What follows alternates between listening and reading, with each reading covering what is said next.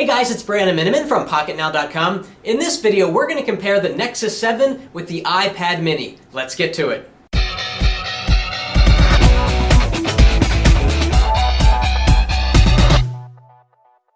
Now, both of these tablets are competing in the 7-inch or 7.9-inch in the case of the iPad mini tablet space because people are really liking these smaller tablet form factors. They fit into a pocket, they fit into a purse, they fit into spaces that other bigger 10-inch tablets cannot, and best of all, they are lightweight and they feel good when you're using it with one hand. So let's compare both of these tablets first in terms of in-hand feel. So let's start off with the iPad. Now, because the iPad mini is significantly wider than the Nexus 7, it can barely, and in most cases, it cannot fit into a jacket pocket or into a pant pocket, whereas the Nexus 7 can because it's a little bit more narrow, and it seems to be this is the maximum width of somebody's pocket, and the iPad mini has exceeded that. So if that's a consideration for you, keep in mind that the thinner width of the Nexus 7 makes it more pocket-friendly, although most people aren't going to put their tablet into a pocket. In terms of construction, let's talk about the Nexus 7 first. We've got a piece of glass on the front,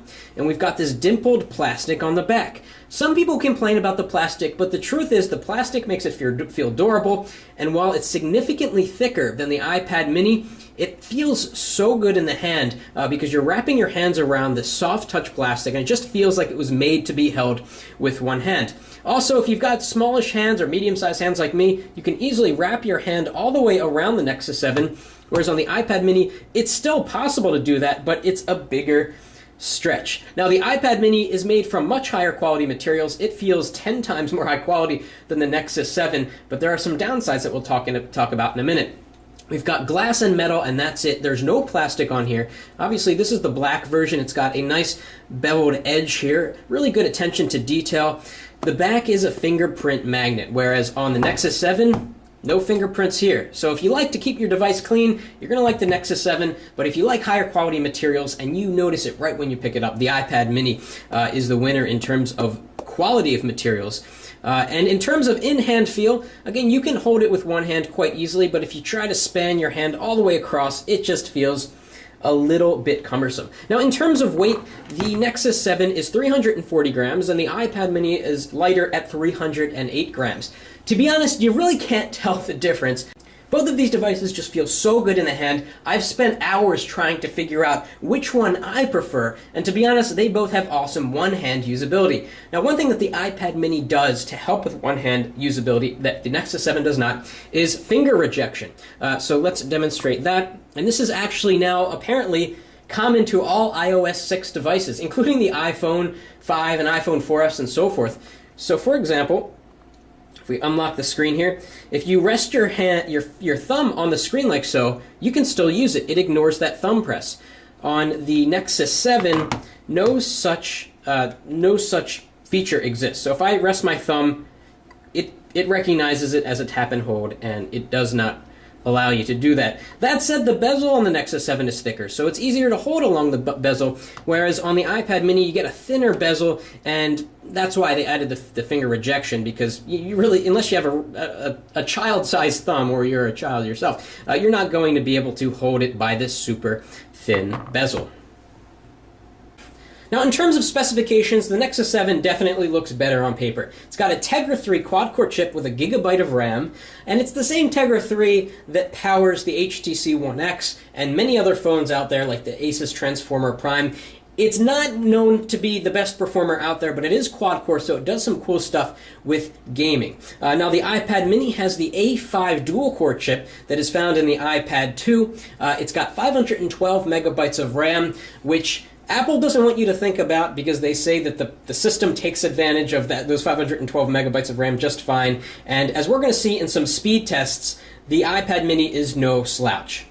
Now let's talk about the displays on both of these tablets. The iPad mini has a 7.9-inch 1024 by 768 screen. That's the same resolution as the iPad 2, making for a PPI of 162, whereas the Nexus 7 has a 1280 by 800 resolution screen. The size is 7 inches, making for a DPI of 215. So a pretty big jump in DPI on the Nexus 7. That said, both of these tablets are well below the 300 PPI threshold to the point where you can't see pixels. And you can see pixels, but obviously they're smaller on the Nexus 7. Allow me to demonstrate. So we'll turn on both of these devices.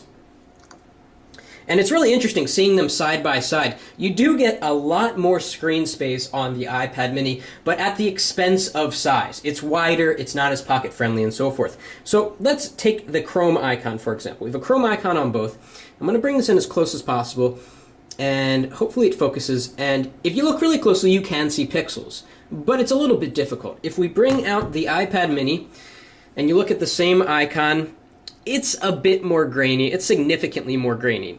But most people don't hold their tablets this close to their face. And if you're using it at a normal distance, the iPad mini screen doesn't look really pixelated. If you hold it up close, yeah, it's going to look pixelated. It's not like a Retina display. But in terms of comparing these two, the Nexus 7 obviously has a higher pixel density display. Just something to keep in mind. Now, another thing to mention, because the iPad mini has a resolution of 1024 by 768, it cannot play back true 720p video. The resolution is just not high enough. The resolution would have to be at least 1280 by 720. The Nexus 7 can play true 720p video. In fact, let's pull up the same video on both tablets and see how they compare. Okay, here we are on YouTube. I was going to use the YouTube app, but of course the iPad mini does not have a YouTube app. There's a YouTube app for iPhone, but it would blow up the pixels. It really doesn't make sense, so we're going straight to youtube.com here on both. And interestingly, we're getting 3 columns here on the iPad mini and 2 columns on the Nexus 7. So let's move around on the screen and pick a video. We'll just take the first one up here, assuming that it's in HD. And let's make sure we change it to 720p. All right, and let's play them back. This is going to get loud, but hopefully you'll be able to tell if there's a difference in quality. They're both doing it the highest quality possible.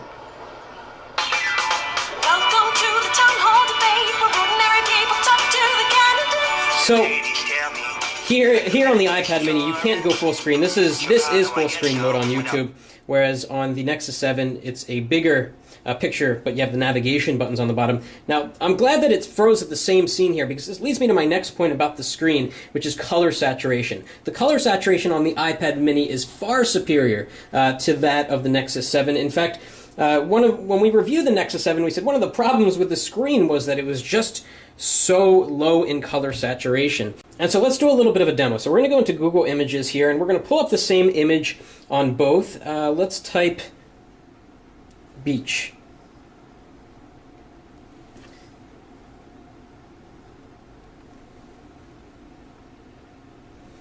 And just by looking at these thumbnails, and by the way, we're on automatic screen brightness here on both of these, so you can see that the iPad screen is much brighter. Just looking at these thumbnails, you can see the difference in color saturation. It's pretty dramatic. Here in this view, swiping around, that's a different picture. The water is just so much more blue on the iPad mini compared to the Nexus 7. That's one of the trade-offs you have to make with the Nexus 7. It's a cheaper tablet, less expensive, which we're going to talk about later in this video, but the color saturation is pretty terrible. So if you want the best quality screen in terms of color saturation and contrast, the iPad mini definitely wins, but the Nexus 7's display is a little bit crisper thanks to that higher PPI.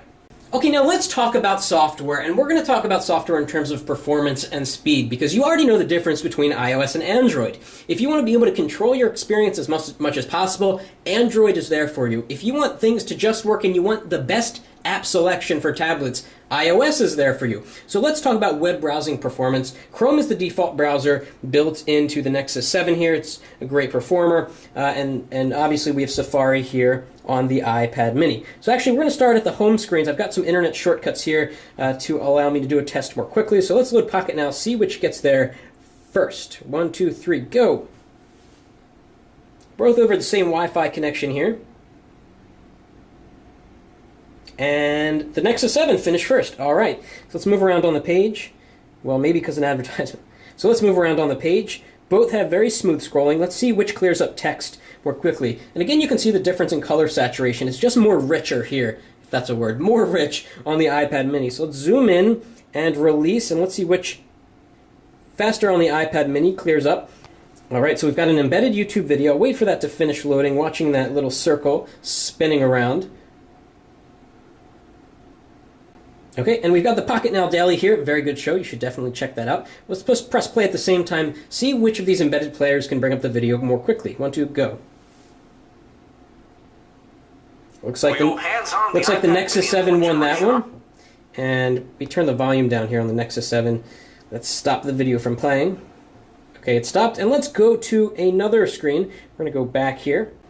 Okay, we're back on the home page, and let's go over here to the Microsoft Surface RT review. There are a ton of images and several videos in this post, so it should take a good amount of time to load on both. We're off to a fast start on the iPad mini, pulling in the page a little bit faster, watching a little spinny wheel. iPad mini finished first, and the Nexus 7 is a little bit slower here. Let's flick down the page as fast as possible, see if we get any checkerboards or white spaces. Okay, we got a little bit there. Not too bad. Let's do likewise on the Nexus 7, which actually is still spinning. We're just going to stop it there. Flick it down on the page. Keeping up pretty well. Kind of the same kind of thing with the iPad mini. At first, when you go through the content, there's a little bit of white space. There's a little bit of choppiness here. But after everything gets into RAM, it becomes quite smooth. And again, let's do the pinch test here. And release. Let's do that again. A little bit faster on the iPad mini. So iPad mini has better web browsing performance than the Nexus 7 just through this test. Let's do one more internet test. We're going to load up TheVerge.com, another image-intense website. 1, 2, 3, go. A little slower on the launch on the Nexus 7.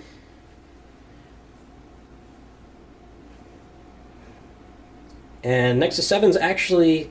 Okay, the iPad mini stopped. The Nexus 7 stopped and then started again and then stopped. That was a tie. Let's call it a tie. Let's go into this review here. Actually, let's do a little test of the text one more time. Clears up much faster on the iPad mini there. And let's go to the Nexus 4 review and see which gets there first. Again, another website or web page with a lot of images and content. That was a tie. Now, the next thing we're going to talk about is voice control. We've got Siri here, and we've got Google Now here, both of which are very capable in terms of voice recognition. But let's see how they compete. We'll test it on various different things. What's the weather going to be on Tuesday? The weather's looking good Tuesday. Okay, that was exactly the same. They came in at the exact same time. Let's give it a tougher one. How much wood could a woodchuck chuck if a woodchuck could chuck wood? I just had to do that. A so-called woodchuck, correctly speaking, a groundhog woodchuck. Siri's getting smart. Okay, stop saying that. Let's see. Okay, stop. Next. How tall is Barack Obama?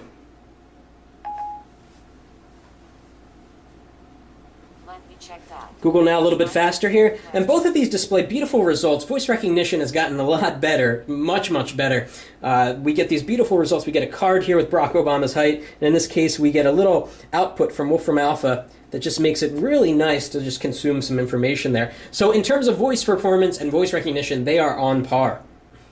Okay, so let's conclude this with purchasing and availability. The Nexus 7 is one of the best values out there. At $199, you get 16 gigabytes of storage. There are no cellular data options.